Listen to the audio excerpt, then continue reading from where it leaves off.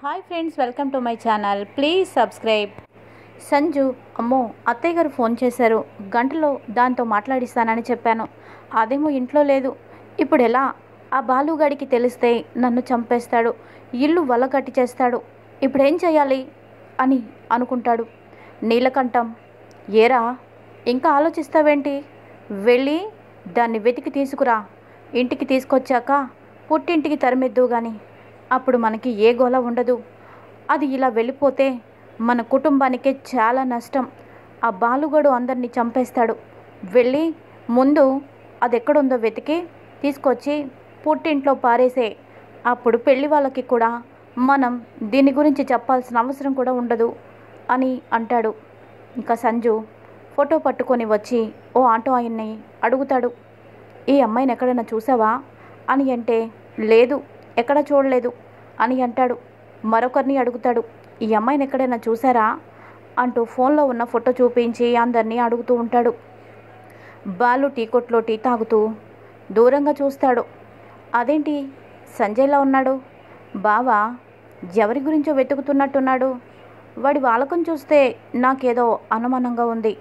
ఇంతకీ ఎవరి గురించో ఆరా తీస్తున్నాడు, ఎవరు తెలుసుకోవాలి అని అనుకొని ఆటో ఆయన దగ్గరికి వచ్చి ఇలా అడుగుతాడు, అన్న ఇప్పుడు అతను వచ్చి ఏదో ఫోటో చూపించి వీళ్ళు ఎక్కడో ఉన్నారు మీకు తెలుసా అని అడుగుతున్నారు కదా, ఎవరి గురించి అడుగుతున్నాడు అని అంటే, ఎవరో ఓ అమ్మాయి ఇంట్లో నుంచి వెళ్ళిపోయిందంట. ఆ అమ్మాయి ఫోటో చూపించి ఈ అమ్మాయిని ఎక్కడైనా చూసావా అని అడిగాడు అని అనగానే ఇంకా బాలుకి అనుమానం వస్తుంది. ఏంటి, ఇంట్లో నుంచి ఓ ఆడమనిషి వెళ్ళిపోయిందా? ఆడమనిషి గురించి వెతుకుతున్నాడా? కొంపదీసి నా చెల్లెలు మౌనిక అయితే కాదు కదా అని భయపడుతూ, అన్న ఒక్కసారి నా ఫోన్లో ఓ ఫోటో చూపిస్తాను. ఆ అమ్మాయి వాడు నిన్ను అడిగిన అమ్మాయి, ఒకరో కాదో చెప్తావా అని చెప్పేసి, దేవుడా దేవుడా నా చెల్లెలైతే కాకూడదు, ఎవరి గురించో వాడు వెతుకుతూ ఉండాలి, నా చెల్లెల గురించి అయితే కాకూడదు అని అనుకుంటూనే, ఇదిగో చూడు ఈ ఫోటోయేనా అని అనగానే, అవునన్నా ఈ అమ్మాయి గురించి అడిగారు. ఈ అమ్మాయి మీకు తెలుసా? మీరు కానీ చూస్తే ఆయనతో వెళ్ళి చెప్పొచ్చు కదా అని అనగానే ఒక్కసారి బాలు షాక్ అయిపోయి, ఛా అనుకున్నదంతా అయింది. వీడు మంచోడు కాదు, వీడితో నీ జీవితం బాగుండదు, వాడు ఒక మోసకారి, పగతో పెళ్లి చేసుకుంటున్నాడు అని పెళ్ళి కాకముందే నా చెల్లెలకి నచ్చ చెప్పి చూశాను. కానీ నా చెల్లెలు నా మాట వినలేదు. వాడు నా చెల్లెల్ని మోసం చేశాడు. ఈరోజు నా చెల్లెలు సమస్యలు మాతో చెప్పుకోలేక, ఇంట్లో భరించలేక ఎక్కడికో వెళ్ళిపోయినట్టుంది. చెప్తాను, వాళ్ళ సంగతి చెప్తాను. ఇంటిని వల్లకట్టిని చేసి పారేస్తాను. ఆ నీలకంఠం కొడుకు ఈరోజు వాళ్ళిద్దరి శవాలు లేపేస్తాను. నా చెల్లెలే కానీ నాకు కనిపించకుండా వాడు దాన్ని ఏదైనా చేసి ఇలా కావాలని వెతుకుతున్నట్టు నాటకాలు ఆడితే వాళ్ళ ఇంట్లో శవాలేస్తాయి అని కోపంగా బాలు నీలకంఠం ఇంటికి బయలుదేరతాడు. నీలకంఠం కొడుకుని, ఏరా అది దొరికిందా అని అనగానే, లేదు నాన్న దొరకలేదు అని అంటాడు. దొరకపోవడం ఏంట్రా ఇప్పుడు ఎలా అని అనగానే బాలు కోపంతో, నా చెల్లెల్ని ఏం చేసావురా? నా చెల్లెలేది అని అనగానే, నీ చెల్లెలు నాకేం తెలుసు, నన్ను అడుగుతావేంటి అని అనగానే చంప పగలగొడతాడు. నీకు మాత్రమే తెలుసు, నా చెల్లెల్ని ఏం చేశావు చెప్తావా చెప్పవా అని ఆ చెంప ఈ చెంప వాయిస్తాడు. నీలకంఠం, వదులు, ఎవరింటికి వచ్చి ఎవరి మీద దౌర్జన్యం చేస్తావురా? ఇదేమైనా రోడ్డు అనుకుంటున్నావా? నీ ఇల్లు అనుకుంటున్నావా? నీ ఇష్టం వచ్చినట్టు చేస్తూ ఉంటే చూస్తూ ఊరుకోవడానికే ఇప్పుడే పోలీసుల్ని పిలిపించి నా కొడుకుని కొడుతున్నావని కంప్లైంట్ ఇచ్చి నిన్ను లోపల ఇస్తా అని అనగానే, ఆ పని చెయ్యి, మిమ్మల్ని ఎలా కాదు అని చెప్పి కత్తి కోసం వెతుకుతాడు. అక్కడే ఫ్రూట్స్ దగ్గర ఓ కత్తి కనబడగానే దాన్ని తీసుకొచ్చి ఇంకా సంజయ్ మెడ మీద పెడతాడు. నా చెల్లెలు ఎక్కడుందో చెప్తావా, లేదంటే నిన్ను చంపేస్తాను అని అంటాడు. ఇక్కడ ఇలా ఉండగా మరో పక్కన మీనా టిఫిన్ చేస్తూ ఉండగా పూలు కోసం ఒకరు వస్తారు. వచ్చి, అమ్మా మాకు పువ్వులు కావాలి, ఓ 2 రోజుల్లో 10 కేజీలు పూలు మాలలు కట్టి మాకు అందించాలి, డబ్బులు ఇదిగోండి అని అనగానే మీనా చేయి కడుక్కొని డబ్బులు తీసుకుంటుంది. అలాగే అన్నా, మీకు 2 రోజుల్లో మాలలు కట్టి పూలైతే రెడీగా ఉంచుతాము అని డబ్బులు తీసుకుంటుంది. ఇంకా డబ్బులు బ్యాగ్లో పెట్టడం ప్రభావతి చూస్తుంది. చూసి, ఏంటి ఈ మధ్య నీకు బాగా డబ్బు పిచ్చి ఎక్కువైనట్టుందిగా, ఇంతకుముందు నీకు డబ్బు పిచ్చి లేదేమో అనుకున్నాను, కానీ ఇప్పుడు నీ వాలకం చూస్తే పిచ్చి బాగా పట్టినట్టే అనిపిస్తోంది. చేయి కడుక్కొని మరీ డబ్బులు అందుకున్నావు. ఇప్పుడు బాలుగడి చేత కారు అమ్మించేసి ఆ డబ్బులు కూడా ఏదేదో చేసావు.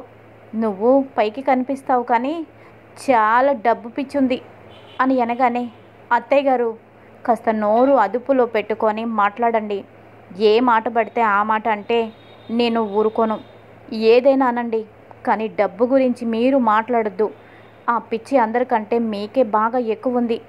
ఆ డబ్బు నా దగ్గర లేదనే కదా ఇంట్లో గొడ్డు చాకిరీ చేస్తున్నా, అందరికీ అన్నీ నేను సమకూరుస్తున్నా నన్ను పని మనిషి కంటే హీనంగా చూస్తున్నారు. డబ్బుందనే కదా శృతిని ఒకలాగా, రోహిణిని ఒకలాగా, నన్నొకలాగా చూస్తున్నారు. మీలో ఆ తేడా ఉందేమో కానీ ఇంకా నాకు ఆ తేడా లేదు, రాదు. ఎప్పటికీ ఈ మీనాలాగానే ఉంటుంది. మీరు ఎన్ని చెప్పినా నేనైతే మారను, నా వ్యక్తిత్వం అయితే మారదు అని అనగానే, మరి కారెందుకు అమ్మాడో? మీ ఇద్దరు మొగుడు పిల్లల మధ్య ఎలాంటి దాపరికాలు ఉండవు కదా, మరి దాపరికాలు ఎప్పటి నుంచో అని అంటుంది. అది మీకు అనవసరం అత్తయ్య గారు, మా మధ్య 1,00,000 ఉంటాయి. అయినా కారు అమ్మితే మీకెందుకు, కొత్త కారు కొనుక్కుంటే మీకెందుకు, ఆటో తోలితే మీకెందుకు, మీకు సంబంధం లేదు. ఇంట్లో నుంచి 40 లక్షలు డబ్బు ఎత్తుకుపోయినా మీ కొడుకు గురించి మీరు ఆలోచించండి. మా జంట గురించి మీరు కంగారు పడాల్సిన అవసరం ఏమాత్రం లేదు.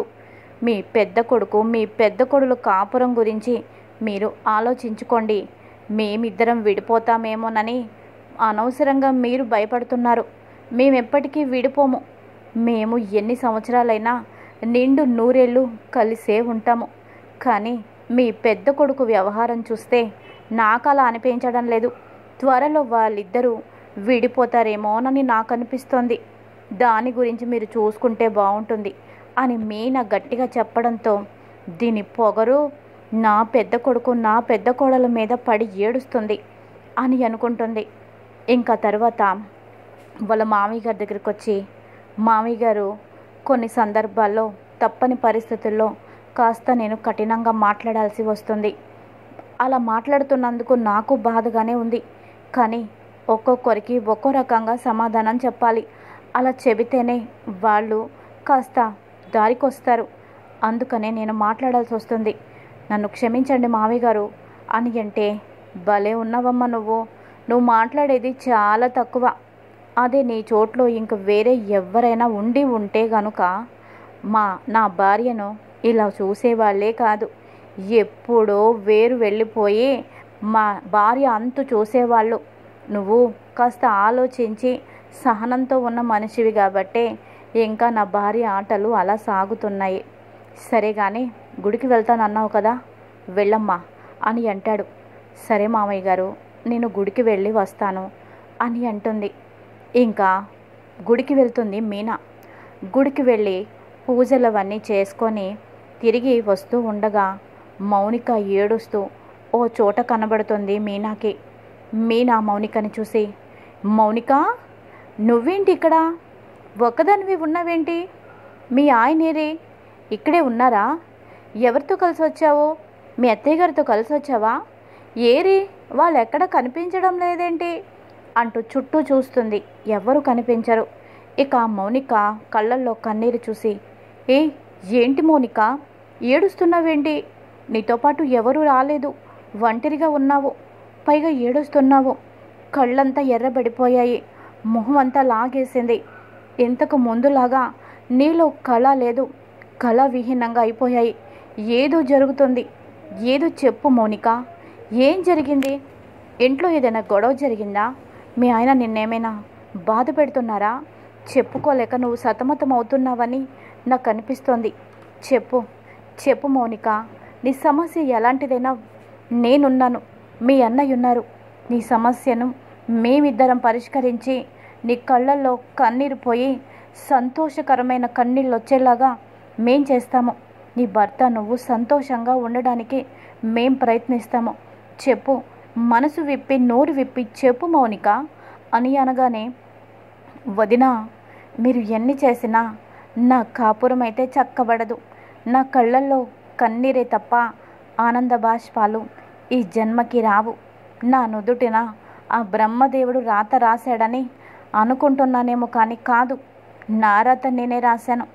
అన్నయ్య ఈ పెళ్లి చేసుకోవద్దని చెప్పినా పట్టుబట్టి నేను పెళ్లి చేసుకొని నా రాతను నేనే రాసుకున్నాను అని అంటుంది.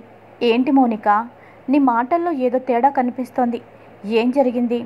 సంజు నిన్ను హింస పెడుతున్నాడా? నిన్ను భారీగా చూడడం లేదా? నిన్ను బాధ పెడుతున్నాడా అని అనగానే, వదినా, ఏమని వదినా? నా బాధ 1, 2 అయితే చెప్పేదాన్ని. పెళ్ళి చేసుకున్న దగ్గర నుంచి నేనుగా బ్రతకడం లేదు. నా జీవితమే మారిపోయింది. దీనికంటే చనిపోవడమే నయమని ఎన్నోసార్లు అనిపిస్తోంది అని తన కష్టాన్నంతా మీనాతో చెప్పుకుంటుంది. మీనా తన కష్టాలు విని కన్నీరు పెట్టుకొని, మౌనిక, ఇంత నరకం అనుభవిస్తూ ఒక మాట మాకెందుకు చెప్పలేదు? మేము చచ్చామనుకున్నావా అని అంటే, వదినా, మీకోసమే నేను బాధపడుతున్నాను. ఆ సంజయ్ వాళ్ళ నాన్న నీలకంఠం అస్సలు మంచివాళ్ళు కాదు. వాళ్ళు ఏం చేయడానికైనా సిద్ధపడతారు. అన్నయ్యని కానీ నాన్నని కానీ ఏదైనా చేస్తారేమోనని భయంతో ఈ విషయాలు నేను చెప్పలేదు. ఇప్పుడు కూడా నువ్వు చెప్పవు అన్న ఉద్దేశంతో నీతో నేను చెప్పాను. ఆయనకి మరో పెళ్లి చేయాలనుకుంటున్నారు. పైగా నోటికి ఏదొస్తే అది మాట్లాడుతున్నారు. నా క్యారెక్టర్ మీద దెబ్బ కొడుతున్నారు వదినా. అది నేను భరించలేకపోతున్నాను. నన్ను ఎన్నోసార్లు కొట్టారు, తిట్టారు. అన్నీ భరించాను. పని మనిషిగా కూడా చేశారు. అయినా సహించాను. కానీ నా క్యారెక్టర్ బ్యాడ్ అంటున్నారు. అది నేను భరించలేకపోతున్నాను. చచ్చిపోవాలనిపిస్తుంది వదినా. నేను అలాంటి మనిషిని కాదు వదినా. అన్నయ్య, అమ్మ, నాన్న వాళ్ళు మమ్మల్ని అలా పెంచలేదు వదినా. ఏ మాటలైతే వినకూడదో అలాంటి మాటలు వింటున్నాను. కట్టుకున్న భర్తే అలా మాట్లాడితే నేను ఎవరితో చెప్పుకోగలను? ఎవరైనా ఏదైనా అంటే కట్టుకున్న భర్తతో చెప్పుకుంటారు. కానీ భర్తే అలా చేస్తే ఎవరితో చెప్పుకోవాలి అని బాధపడుతుంటే, ఇంకా మీనా, ఏంటి మౌనిక, ఇంకా ఇంత కష్టాన్ని నువ్వు భరిస్తూ ఉండాలా చెప్పు? వద్దు, ఏదైతే అదైంది. వాడి గురించంతా మీ అన్నయ్యతో నేను చెప్తాను అని అంటే, వద్దు వదినా, వద్దు. నాన్న, అమ్మ నా గురించి ఎన్నో కలలు కన్నారు. అన్నయ్య కూడా నా గురించి చాలా ఆశలు పెట్టుకున్నారు. కానీ నా జీవితం ఇలా అయిపోయిందని తెలిస్తే వాళ్ళు తట్టుకోలేరు. నాన్న గుండె ఆగిపోతుంది. ఇప్పటికే ఆయనకి ఒకసారి హార్ట్ స్ట్రోక్ వచ్చింది. ఇంకోసారి స్ట్రోక్ వస్తే ఆయన బ్రతకరు. ఆయన లేని మేము ఎవ్వరం ప్రాణాలతో ఉండము. అందుగురించే ఇంకా నేను ఈ విషయం చెప్పదలుచుకోలేదు. ఏంటో నీ దగ్గర నాకు దాచాలనిపించలేదు. అందుకనే నిజం చెప్పేశాను. వదినా, ఈ నిజం నువ్వు చెప్పొద్దు వదినా. నీకు దండం పెడతాను వదినా. నా మీద ఒట్టేసి నువ్వు ఈ నిజం చెప్పనని మాటివ్వు అని అనగానే, ఇలా నువ్వు ముందరి కాళ్ళకు బంధం వేసేస్తే ఎలా చెప్పో? మీ నాన్నగారికి హార్ట్ స్ట్రోక్ వచ్చింది నిజమే, కానీ నువ్వు ఇలా బాధపడుతుంటే మరి ఆ విషయం తెలిసినా ఆయన తట్టుకోలేరు కదా అని అంటే, అందుకే ఏ విషయం చెప్పొద్దు వదినా. మనసు బాగోక ఇక్కడికి నేను వచ్చాను. ఇంట్లో నుంచి వచ్చేలేదు. నా భర్తని, అత్తింటి కుటుంబాన్ని వదిలి నేను రాలేదు వదినా. కష్టమైనా నరకమైనా అక్కడే ఉంటాను. నా భర్త నన్ను ప్రేమించలేదు, కానీ తనని నేను ప్రేమించాను. అందుకని నేను వాళ్ళని వదులుకోలేను. అన్నయ్యకి నా గురించి నువ్వు చెబితే వాళ్ళని చంపేస్తాడు. అన్నయ్యకున్న ఆవేశానికి ఏది ఆలోచించడు, వెనక ముందు ఆలోచించడు. నా చెల్లెల్ని ఇంత బాధ పెడతాడా అని సంజుని చంపేస్తాడు. అది వాస్తవం. ఆ తర్వాత ఏం జరుగుతుందో ఊహించలేమా వదిన? చెప్పు. నాన్న గుండె ఆగిపోతుంది, అన్నయ్య జైలు పాలైపోతాడు, కుటుంబం అన్యాయం అయిపోతుంది. ఇదంతా నా వల్ల జరగడం అవసరమా వదిన? అందుకనే నువ్వు చెప్పొద్దు అని గట్టిగా ఇంకా మీనా దగ్గర మాట తీసుకుంటుంది. ఇంకా మీనా ఇలా అంటుంది, మౌనిక, నువ్వు చెప్పొద్దన్నావు కానీ చెప్పను. కానీ ఇక నుంచి ప్రతి విషయం నాతో నువ్వు పంచుకో. నేను నీకున్నాను. సంజుని పూర్తిగా మారిపోయేటట్టు మనం చేద్దాము. నువ్వంటే నీ భర్త పడి చచ్చేలాగా చేయాలి అని మౌనిక వల్ల మీనా అలా చెబుతుంది. ఇంకా సరే పద ఇంటికి వెళ్దాం, నీ గురించి ఇంట్లో కంగారు పడతారు అని మీనా మౌనికని తీసుకొని ఇంటికి వస్తుంది. ఇక అదే సమయానికి బాలు సంజు మెడ మీద కత్తి పెట్టి నా చెల్లెలు ఎక్కడుందో చెప్తావా లేదా, ఇంట్లో ఏం జరిగిందో చెప్తావా లేదా అని చంపబోతూ ఉండగా ఇంతలోపు మౌనిక వచ్చి అన్నయ్య ఆగు అంటూ ఇక కత్తికి అడ్డం పడి సంజుని కాపాడడం కోసం సంజుని పక్కకి నెట్టేసి ఆ కత్తి తన మీద గుచ్చుకునేటట్టు నిలబడుతుంది. ఇక మౌనికని చూసి బాలు షాక్ అవుతాడు. అమ్మా మౌనిక అంటూ చేతిలో ఉన్న కత్తి పడేస్తాడు. ఎక్కడికి వెళ్ళావమ్మా నువ్వు? నిన్ను వీళ్ళు నరకం చూపిస్తున్నారు కదా, అందుకే ఇంట్లో నుంచి వెళ్ళిపోయావు కదా, విడు విడు అని అనగానే అన్నయ్య నీకెన్నిసార్లు చెప్పాను అన్నయ్య, ఇది మా కుటుంబం, మా కుటుంబంలో జోక్యం చేసుకోవద్దని నీకెన్నిసార్లు చెప్పాను. భార్య భర్తలు అన్నాక 1,00,000 ఉంటాయి. కొట్టుకుంటాము, తిట్టుకుంటాము, అనుకుంటాము, కలుసుకుంటాము. మధ్యలో నీకెందుకు అన్నయ్య? ఎంతవరకు అన్నయ్య అంటే అంతవరకే ఉండాలి. దేనికైనా ఓ హద్దు ఉంటుంది. కానీ పదే పదే నా విషయంలో హద్దు దాటుతున్నావు. ఇంకోసారి నా భర్త మీద చెయ్యెత్తినా ఇలా కత్తి దూసినా నేను ఊరుకోను, మర్యాదగా ఉండదు అని ఇక మౌనిక అనగానే నీలకంఠం ఇంకా ఊపిరి పీల్చుకుంటాడు. అమ్మయ్య, ఇది సమయానికి వచ్చి నా కొడుకు ప్రాణాలు కాపాడింది. లేకపోతే ఈ బాలుగడు నా కొడుకుని చంపేసేవాడు, అడ్డుపడిన నన్ను కూడా చంపేసేవాడు. ఎంత పెద్ద గండం గట్టెక్కిందో, టైంకి దేవుళ్ళ వచ్చింది, కాపాడింది అని ఊపిరి పీల్చుకుంటాడు. సంజు కూడా అమ్మయ్య ఇది వచ్చింది కాబట్టే సరిపోయింది, లేకపోతే నా డెడ్ బాడీ ఉండేది రోజు అని ఊపిరి పీల్చుకుంటాడు. ఇంకా బాలు ఇలా అంటాడు, మౌనిక నువ్వేదో దాస్తున్నావు అనిపిస్తుంది, నువ్వేదో చాలా పెద్ద అగాధంలో ఉన్నావని నాకు అనిపిస్తుంది. ఆలోచించద్దమ్మా, వీడి కోసం ఆలోచించద్దు, మా గురించి కూడా నువ్వు ఆలోచించద్దు, నీ లైఫ్ గురించి నువ్వు ఆలోచించు. ఈ అన్నయ్య పాతకాల మనిషి కాదమ్మా, నీ సంతోషమే నాకు ముఖ్యం. వీడిష్టం లేదు అని చెప్పు, వీడు మంచివాడు కాదు, వీడితో ఉండలేను అని చెప్పి వాడు కట్టిన తాళిబొట్టు తెంచి వాడి మొహం మీదే విసిరేసి నా దగ్గరకు వచ్చేయమ్మా, మంచి సంబంధం చూసి పెళ్లి చేస్తాను, నీ జీవితంలో వెలుగులు నింపేలా చేస్తాను. అంతేకాని వీడెన్ని కష్టాలు పెట్టినా అవన్నీ భరించుకుంటూ ఇక్కడే ఉండి రోజు ఏడుస్తూ కుళ్ళి కుళ్ళి చావు అని ఈ అన్న చెప్పడు. నీ సంతోషమే నాకు ముఖ్యం, ఎవరో ఏదో అనుకుంటారని ఎవ్వరి గురించి నువ్వు ఆలోచించద్దమ్మా, నీ జీవితం ముఖ్యం. వీడి గురించి బయట పెట్టు, నేనున్నానమ్మా, నేను చూసుకుంటాను. కొండంత అండగా ఈ అన్న నీకున్నాడు. ఈ అన్న బ్రతికుండగా నువ్వు ఇలాంటి వాడి వల్ల బాధపడటానికి లేదు. చెప్పు, నేను వాడినేమి చేయను, నువ్వు వాడి మొహం మీద తాళి విసిరేసి వచ్చే అని బాలు అనగానే అన్నయ్య నిజంగా అలా చేస్తే నా కళ్ళల్లో కన్నీరు రాకుండా ఎంతో నేను సంతోషపడేటట్టు నువ్వు చేస్తావు, నాకు మంచి జీవితాన్ని చూపిస్తావు. కానీ ఆడపిల్లకి పెళ్లి చేసి 3 నెలలు ముచ్చటగా అయిపోయింది అని అందరూ నాన్న ముందే మాట్లాడుకుంటారు.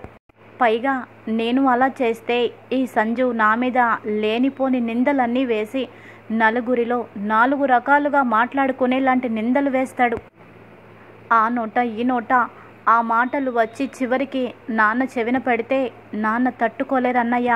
అందుకని అన్నీ ఆలోచించి నేను నోరు దాటడం లేదు అని చెప్పేసి మనసులోనే అనుకుంటూ అన్నయ్య నీ సలహా చాలు, ముందు మీ కాపురం గురించి మీరు చూసుకోండి, నా గురించి మీకు అనవసరం, ఇక్కడ నుంచి వెళ్ళిపోండి. వదినా ఇంకా చూస్తావేంటి, వెళ్ళిపో అని అనగానే ఇంకా మీనాకి అంతా అర్థమవుతుంది. మౌనిక ఎందుకు అలా మాట్లాడుతుందో కూడా అంతా తెలుసుకొని ఇంకా బాలు దగ్గరకు వచ్చి ఏవండి పదండి అని అనగానే పూలగంప నువ్వేంటిక్కడ అని అనగానే నేను గుడికి వెళ్ళానండి, మౌనిక కూడా గుడికి వచ్చింది, ఇద్దరం గుడి దగ్గర కలుసుకున్నాము. ఒంటరిగా మౌనిక వస్తుందని చెప్పి తనకి తోడుగా వచ్చాను. బయట గేటు దగ్గర మీ గొంతు విని మీ మాటలు విని లోపలికి వచ్చానండి అని మీనా చెప్పగానే అవునా అని అనుకుంటాడు. ఇంకా వాళ్ళకి ఫైనల్గా వార్నింగ్ ఇస్తాడు. నా చెల్లెలు కళ్ళల్లో కన్నీరు వచ్చినా ఏదైనా చేసావని తెలిసినా మీలో ఒక్కరు కూడా మిగలరు.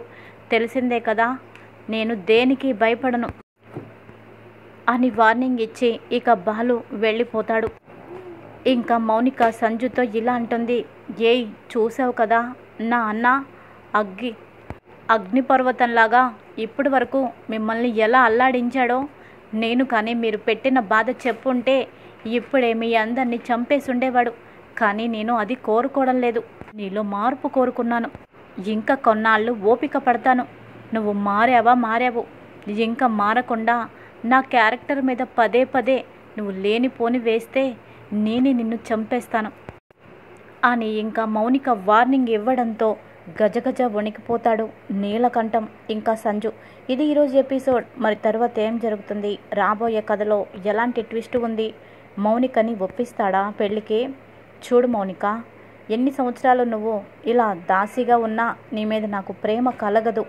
నువ్వు ఈ ఇంట్లో పని మనిషిగా అయినా ఉండిపోవాలి, నా జీవితంలో ఉండిపోవాలి. నువ్వు మీ పుట్టింటికి మచ్చ తేయకూడదు అని అనుకుంటే నేను మరో పెళ్లి చేసుకుంటాను, అందుకు నువ్వు ఒప్పుకోవాలి అని తనని ఒప్పిస్తాడా? మరి ఏం జరుగుతుంది?